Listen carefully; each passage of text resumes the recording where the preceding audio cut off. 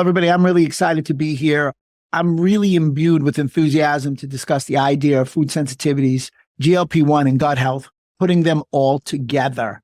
Without question, GLP-1 has taken the world by storm. You're going to find out that food sensitivities and gut health, or I should say, having food sensitivities and having poor gut health can actually lead to GLP-1 dysfunctional signaling. The lack of food sensitivities, the improvement in gut health, or the lack of inflammation in the barrier system will improve GLP-1 signaling health. 2,500 years ago, Hippocrates said, all disease begins in the gut. And he was without question right, the father of medicine. Alessio Fasano in the year 2000 said, all disease begins in the leaky gut. And without question, he is correct. So let's talk about a lot of disease beginning in the concept of leaky gut or increased intestinal permeability. A factoid, 72% of U.S. adults say they've experienced GI symptoms a few times a month or more. 74% have said that they've had GI discomfort at some point over the last 6 months. And 56% of those people said they haven't shared it with their primary care physician. So what does that mean for you as a practitioner? That means that 3/4 of the people that you see this afternoon, tomorrow, Monday morning, have a gut issue, which begs the question that I ask all my patients. Do you have the guts to be healthy? What have you done for your guts lately? The gut is the epicenter of your health. So without question, we have to start asking questions about the gut and doing a better job from a client-patient perspective of taking care of our gut. Some gut factoids. 90% of scientific literature about the microbiome has been published in the last 5 years. So if you're seeing a practitioner who isn't up to date in their reading, they're going to be real shallow on their concept in their sharing of information about the gut. We are outnumbered 10-1 in bacteria cells to human cells. I'll say that again. We're outnumbered 10-1 in human cell from bacteria cells to human cells. So somebody's extremely myopic if they're just looking at human cells and not looking at the bacteria and what may damage the bacteria. Genetics is actually 99% bacteria. This is one of my favorite slides. It's one that I utilize all the time. I hope it helps everybody tie in, understand, and I hope that the description allows the PowerPoint to become quite evocative.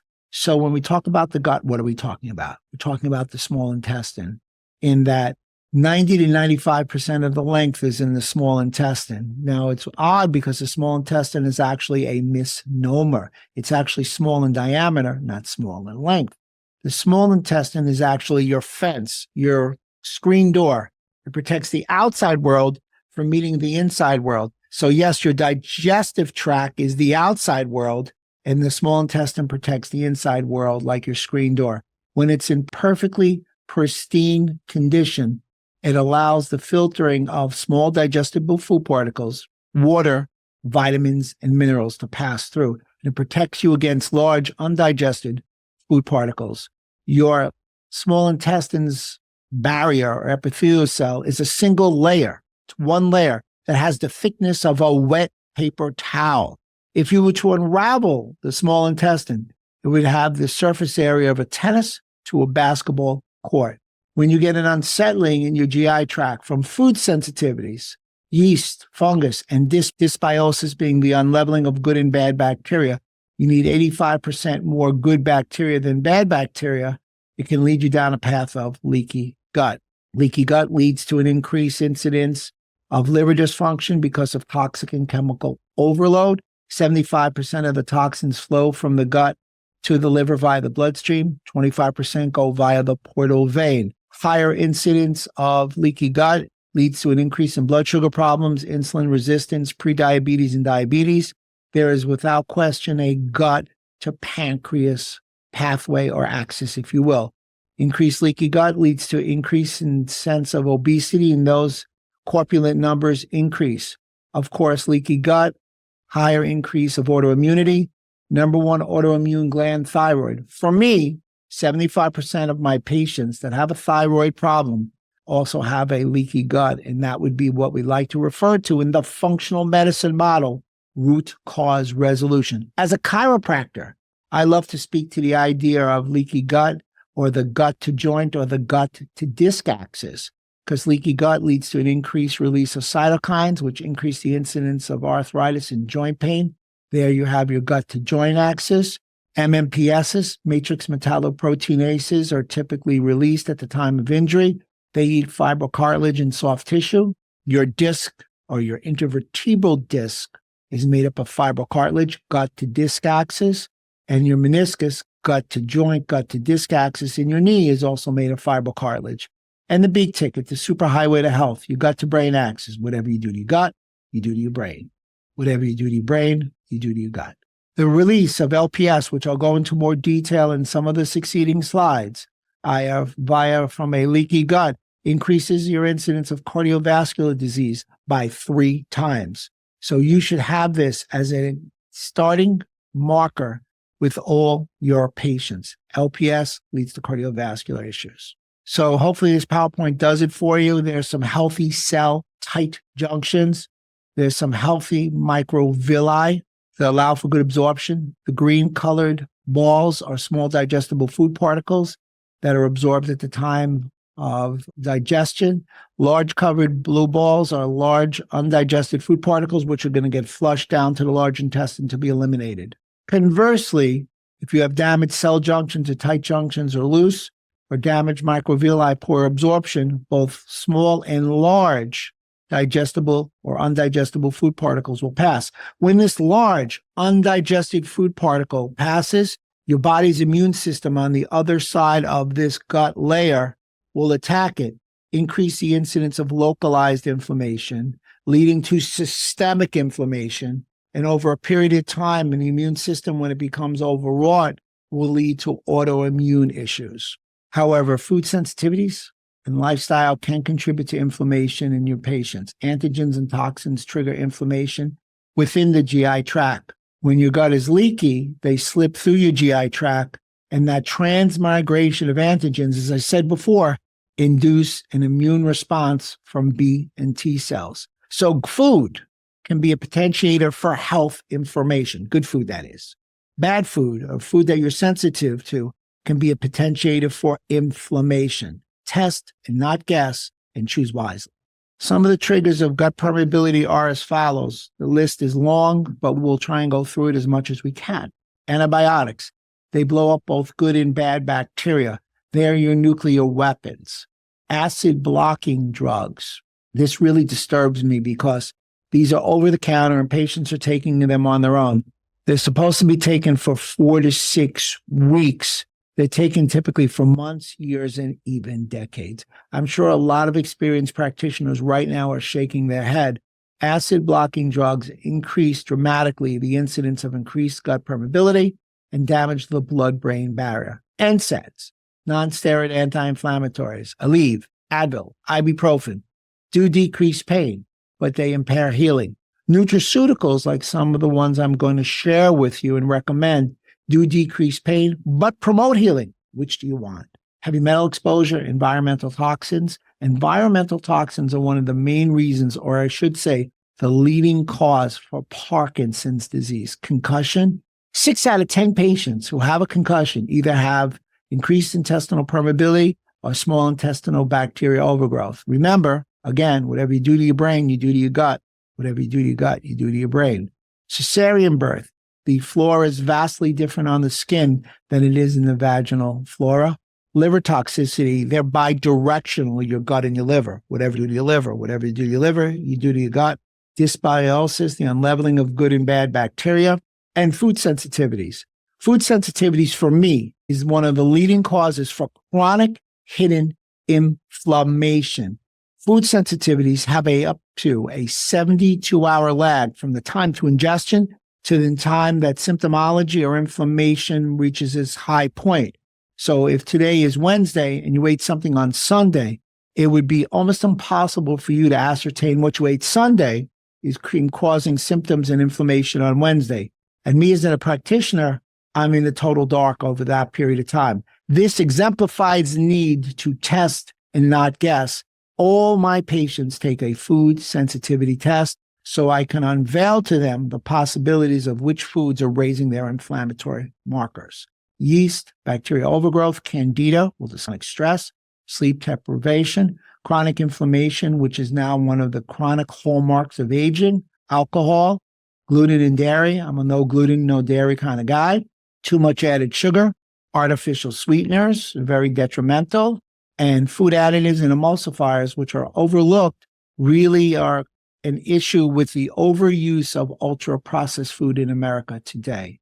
So let's discuss the idea of food sensitivity. I'm going to talk about the KBMO test because I believe without question it's the trendsetter, it's the forerunner, it is the most accurate, sensitive, and specific test on the market. It is so because it tests two specific immune system pathways. It uses IgG, which is food sensitivities, but it uses IgG not 1 through 2. It uses IgG 1 through 4, 1, 2, 3, and 4. So it's a full composite test for all the IgGs. In addition to that, here is a takeaway. I didn't know this till I did food sensitivities. I didn't remember this from Robin's pathology book, but antibodies or the production or the overproduction of IgG can stimulate innate immune response. And it does so by stimulating the most stable molecular molecule in the body called C3D. So it's a dual purpose food sensitivity test. You're testing for adaptive immunity in IgG 1 through 4, and you're testing innate immunity by testing C3D. It's a patented test that tests both ends of the immune system, both innate and adaptive. It's going to be much more accurate for food inflammation-driven types of reactions. So this slide backs up what I said before, really speaks to the idea of a dual-purpose test. It shows the FIT test, the food inflammation test, FIT 176 test, shows enhanced sensitivity. Food sensitivity's effect on health and longevity looks at systemic inflammatory responses, mitochondrial dysfunction, which I believe is the look behind the curtain in many of the issues in America today, joint pain, muscle pain and tightness, GI symptoms, brain fog, anxiety, depression, and mood, neurodegeneration. Believe it or not, the removal of food sensitivities decreases the set of mental health symptomologies, anxiety, depression, and mood the most, meaning the first thing you'll see decrease dramatically will be anxiety, depression, and mood in people who have those type of symptomologies. Number 2 will be gas and bloating and brain fog. In addition, food sensitivity's effect on health and longevity, neurodegeneration, autoimmune issues, fatigue, body composition, and cardiovascular issues. And of course, it will have an adverse effect on GLP-1 signaling, all those Ozempic, Wegovys, and whatnot. This is a deep slide. We don't have the time. I could spend an hour talking about it. Here's the salient takeaways. Food and additives enter the gut, and they can cause damage to the gut, and they can cause leaky gut. They can actually cause an immune complex formation. The immune complex deposits in tissues. It stimulates the complement activation. The complement activation is that C3D molecule, which ultimately leads to a rise in inflammation and projects as symptomology. Remember, symptoms are a sign of a system. When you analyze the system, you're able to get to that golden rule of root cause resolution.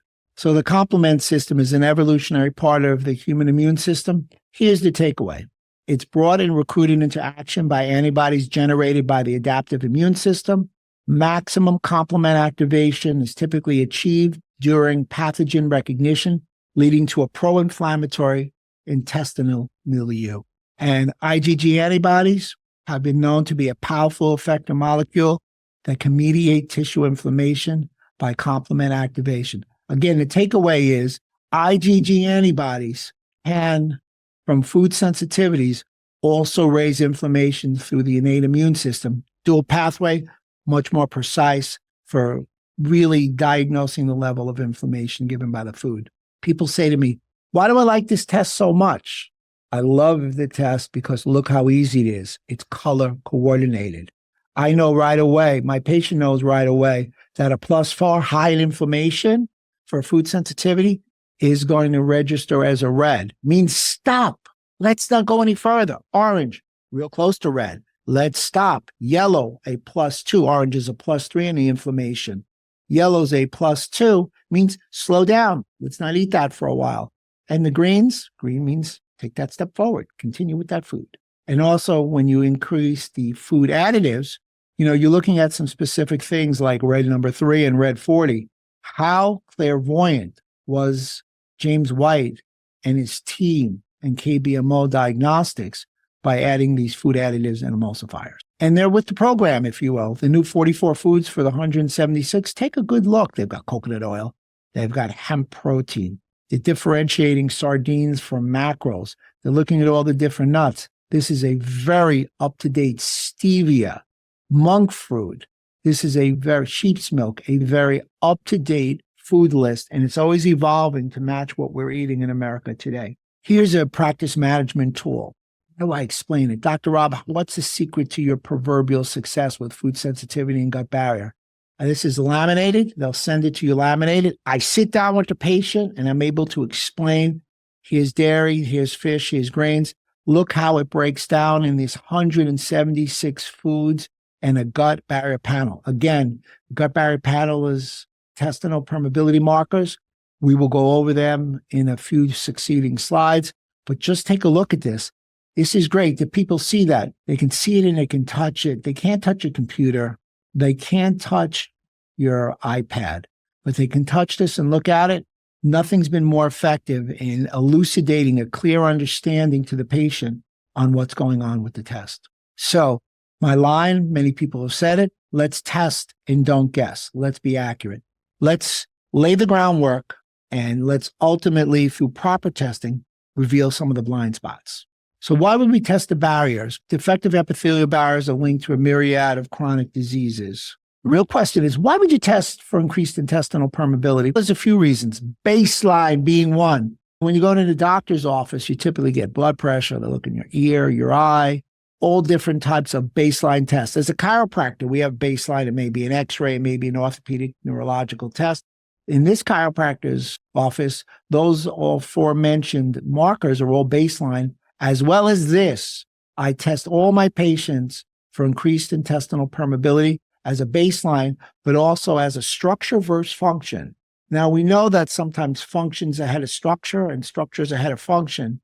And the ability to allow the patient to understand that structure, if there's a compromise in the barrier, will lead to a decrease in functional output in the whole body. So I have this little circle idea.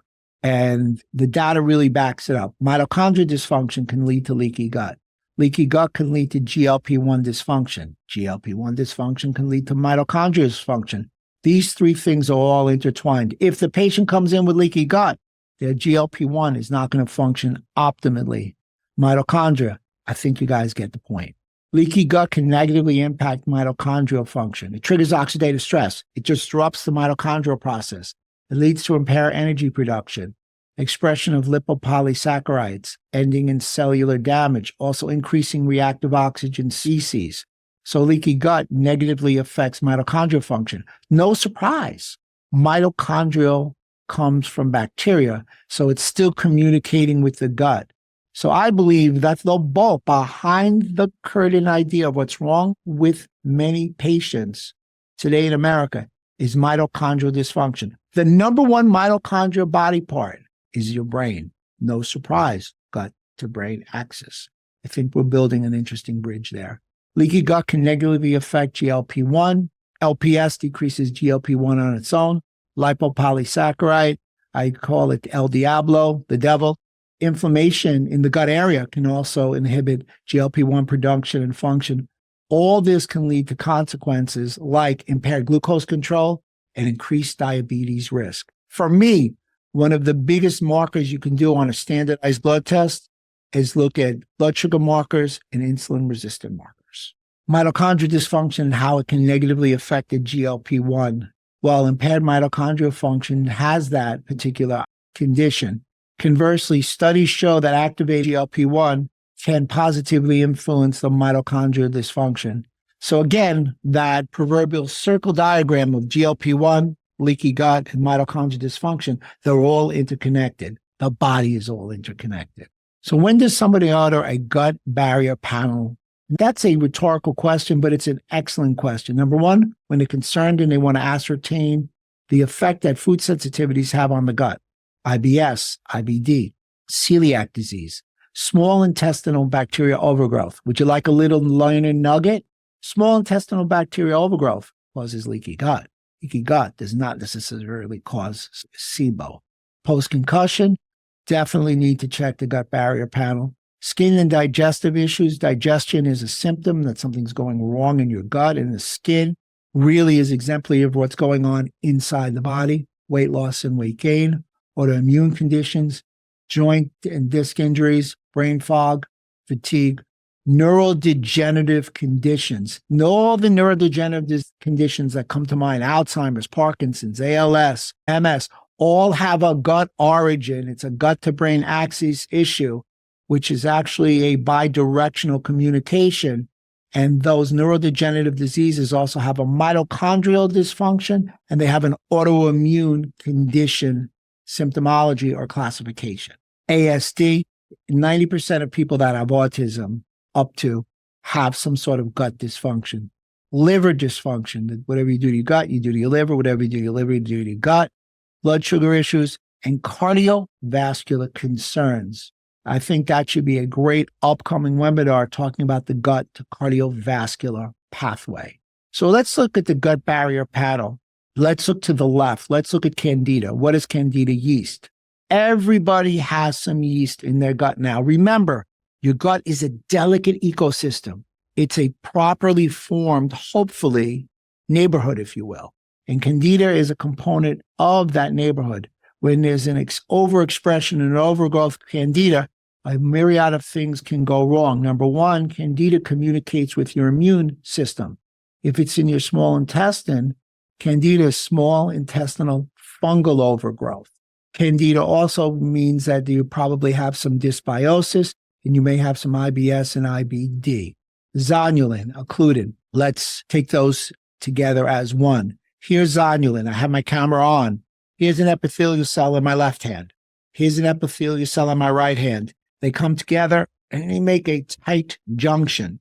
And CU, zonulin is the functional pull of the tight junction. So that tight junction now becomes looser. Zonulin has to precede occludin because occludin is the structural fiber being ripped out. Now that's fascinating in that zonulin first, occludin second. LPS, lipopolysaccharides, holds gram-negative bacteria on the inside of the intestinal wall. So when LPS is expressed in the blood, you now have gram-negative bacteria, 80% of which or more is non-beneficial bacteria. LPS also is a direct binder, leads you down a slippery slope. It's extremely deleterious to a multitude of structures. Those structures would be the brain, the heart, the testes, the muscles. Chiropractors, naturopaths, manual therapists need to check LPS. Someone comes in with muscle pain. It could be as simple or as involved as the release of LPS. Now let's go to the right side of this chart. IgG A1 through A2. Secretory IgA, elevated what? At the gut level, at a mucosal level. So Candida is positive for damage at the gut level, early onset. Same as zonulin. So those two rate positive. Then let's go to IgG 1 through 4 and C3d, meaning the elevation of inflammation. Candida is also positive for the elevation of inflammation, IgG, over a period of time. You got to definitely address that. Zonulin is just, it's negative for long-term inflammation, but it's early onset. Get on it. Don't let it get too involved. No occludin is involved. Unfortunately, LPS is out for a while, causing a lot of inflammation throughout the systemic body. So now what the KBMO has created this unique gut barrier panel, which in recognition that leaky gut occurs across a spectrum, they've included gatekeeper molecules. For each marker, they show the measure. So here, everything on the left side, my left side, your left side, IgG plus C3d is negative, which is good. So as we said before, no long-term inflammation. However, you see the marker, the yardstick, the 50-yard line, it's over the 50-yard line positive for Candida, zonulin, and LPS. So again, The red positive showing you over the yardstick. But let's take one step back. Look at zonulin on the left side in IgG 1 through 4 and C3D. It's close to that yardstick. So even for me, when it gets close, having a positive in one of the other columns that is in reference or tantamount to it, I would also treat zonulin with a double dose. Even though it's negative, it's still close to the proverbial cutoff point yardstick. So that's a little practice management gem, hopefully. So Candida is a type of yeast. When the environment is right, yeast can multiply and grow out. Zonulin, what raises zonulin, gliadin, intestinal bacteria are the main triggers for zonulin release. Zonulin is something that's a protein synthesized in the intestinal and liver cells. Elevated levels of zonulin are associated with this litany list, including obesity. Zonulin, for me, is an everyday marker that should be tested, like fasting glucose, in that higher zonulin levels are associated with a higher waist circumference, diastolic blood pressure, fasting glucose, and increased risk of metabolic diseases. The secret sauce. PBMO is not just testing for zonulin antibodies. It does so by eliminating the cross-reactivity. The unique recombinant zonulin protein limits haptogen, proprotein, and complement fragment cross-reactivity. Its positivity rate, it eliminates zonulin blocking, low positivity rate. It has a sample timing, and maybe, for me, one of the most practice management friendly items is that it is a finger spot. Number one, it's a blood spot or serum, not fecal. Fecal zonulin has shown not to be accurate. So if you're doing that, move it to the side. The blood spot is one that I use because I'm a chiropractor in New York and Connecticut. And also, if you do virtual, you can send the finger spot to their house. You want to use the serum, so be it. But it is very effective. It's easy. It's within 3%, the NIH said, of the accuracy of a blood serum. It's a statistical tie. So here you've got this ability to test people's blood right in front of you, and they can do it at their home with a very fast turnaround time. Occludin is a barrier function to regulate and transport. Occludin is open in response to zonulin. Elevated levels are associated with the progression of intestinal permeability. Here's a clinical gem, and I love to share clinical gems. Occludin is essential in tight junction stability and barrier function. Together, zonulin and occludin are the gatekeepers of tight junction proteins. When functioning properly, they prevent large molecules from crossing intestinal barrier into the bloodstream where they can elicit immune response. I put this slide in just so you could take a good look. It's for your reference so you could see zonulin and occludin. LPS, in the interest of time, I've covered it. Let me give you some of the highlights. It triggers a vast number of inflammatory cytokines. It crosses the blood-brain barrier. LPS is part of the outer coat of triglycerides, VLDL, and it's a major component of biofilms.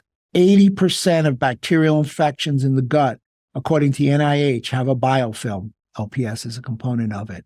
LPS triggers toll-like receptor 4, which triggers NF-kappa B, which triggers NLRP3 inflammasome, inflammation, interleukin cytokines, and also damages the mitochondria. LPS, by stimulating toll-like receptor 4 and inflammation, stimulates toll-like receptor 2, which is plaquing. So you've got inflammation and plaquing. It's no surprise that this gut barrier panel test looking at LPS can indicate a higher incidence of cardiovascular incidents. Once again, LPS, toll-like receptor 4, MyD88, activating NF-kappa B cytokines. LPS is linked to multiple disorders. The big one is the gut-to-brain axis. LPS can also increase, as I said before, muscle pain. And the big takeaway is gut permeability leads to increased endotoxin absorption. So let's gloss through some interesting clinical studies. So there was an IBS study where you removed food sensitivities. The bottom line was that the intervention score in IBS was dramatically decreased in a 3-to-1 ratio. Homocysteine was precipitously decreased in an intervention group on blood labs, which are very objective versus the control group, and C-reactive protein as well. So the takeaway here is removing foods decreased blood markers of high inflammatory markers and also a visual analog scale. The FIT test is twice the IBS score severity reduction compared with cellular tests. FIT resulted in a 50% improvement in IBS severity score compared with tests that measured IgG only. Clinical outcomes for IBS greatly improved when using FIT tests to predict food sensitivities. Again, here's another test. 61 out of 74 patients reported improvement in some or all of their symptoms. So over 80%. If I'm batting 8 out of 10 on a test, I'm using that test on everybody. So samples were run in Boston. They repeated the same samples 15 days later in China. The bottom line was same samples, different continents. Over a period of time, there was a 98% overall agreement showing how robust and stable the KBMO gut barrier panel is compared to the large variability seen by zonulin protein assays. This was a stellar study, if you will. So why the FIT test? Why should providers use it? Number one, it's dual pathway. It works both acquired immunity by measuring antibody IgG 1 through 4, as it measures complement C3d, the immune complexes that cause inflammation or underlying problem for many conditions seen on a day-to-day basis. This test is food sensitivities, inflammation, and gut barrier panel all wrapped up into one test. Well, let's see what supplements might help. Again, it's going to be a time I always love to share protocols. Protocol number one would be to reset your diet, lifestyle, and your mindset. Health is wealth. Remove unwanted pathogens. This is where you're going to use oregano oil for upper respiratory, berberine for lower bowel, garlic for antioxidant, antibiotic, and natural antibiotic. You're going to use a biofilm buster to break open the biofilm, and in comes the great vacuum of the gut, the mop of the gut, serum bovine immunoglobulin. If you're interested in these protocols, please email, go to kbmodiagnostics.com, or I think it's info@kbmodiagnostics.com, or contact someone at Rupa Health. We will share the protocols with you because I know in the interest of time, we're going a little quick. Let's replace needed digestive enzymes, stomach acids, proteolytic enzymes, and bile. Bile is one of the secret recipes behind the gut success because bile decreases the incidence of increased intestinal permeability, small intestinal bacterial overgrowth, and decreases dramatically cholesterol markers. Let's regenerate the damaged intestinal mucosa. This is where we use a plethora of different nutrients that have a pleiotropic effect that allow for a anti-inflammatory intestinal microns and milieu, and also heals and seals the gut lining. Reinoculate with pre and probiotics. I don't give a prebiotic, I should say, excuse me. Let me recant that. Let me say that correctly. I don't give probiotics without prebiotics. The prebiotics, as everybody knows, feeds the probiotics to populate the probiotic to ultimately leave the postbiotic like a short-chain fatty acid like butyrate. 6 is reintroduce certain foods from the food sensitivity test. It should really read reintroduce and retest, because I very often retest after 90 days my food sensitivities with my patients. And lastly, retain your health and GI integrity. And you do so with my Super 5, which would be a methylated multivitamin, omega-3 fatty acid, vitamin D3 with K2, a pre and probiotic, and a collagen fiber type of mix. I'm just going to leave this up for a quick second. Here is some protocols. Please take a picture. I did share all of these with Rupa Health. On the left is the nutrients for Candida. The center is zonulin and occludin. There's LPS as well. So let's look at one quick case study, FIT 176 gut barrier panel. So here is a number of restricted foods. So 4 reactions of +4, 3 reactions of +3, 2 reactions of +2, and 7 reactions. So 4, 3, 2, let's not worry so much about the +1. What was my treatment protocol? This person had to restrict and remove 9 to 16 food sensitivities. I did my Dr. Rob's 7R action plan. I retested in 3 months. Gut barrier panel I put together. We can see a positive of secretory IgA for Candida, zonulin, and occludin, and a positive of LPS, IgG, C3d. And the treatment was Dr. Rob's action plan, and I reevaluated in 6 months. So in 3 months, sorry for the jumping around, there was a number of restricted foods decreased dramatically. There's no more 4 restricted foods. There's no more 1 restricted foods. So that list of 16 shrunk to 4. You may not resolve all the food sensitivities, but you can resolve a large amount of them. And 6 months later, the gut barrier panel, look what we got cooked, all negative. And at 6 months, one small food sensitivity. So you can see by changing their diet, testing, treating, retesting, you can see taking them through their almost epiphany to health. So here's a case study, a 39-year-old female complaining of abdominal pain, gas and bloating, diarrhea, weight loss, fatigue, diagnosed with fibromyalgia, multiple celiac tests, negative, patient on NSAIDs and Lyrica. Here is their gut barrier panel. They see a positive in zonulin across the board, occludin across the board. Got a lot of work here. These tight junctions are really loose. Look at how revealing this gut barrier panel is. So zonulin and occludin supplementation 2 months. My Dr. Rob's action plan for 2 months, 4-month period.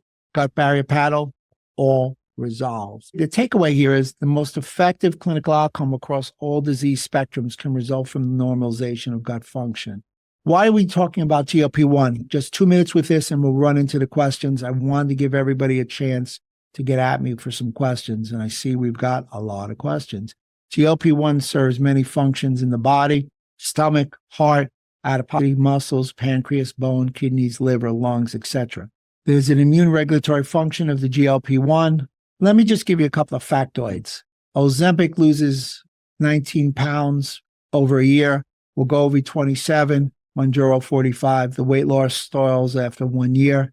The bottom line is that the leaky gut panel, I would not recommend a GLP-1 agonist before I cure the mitochondrial dysfunction if it's there, and or the leaky gut problem if it's there.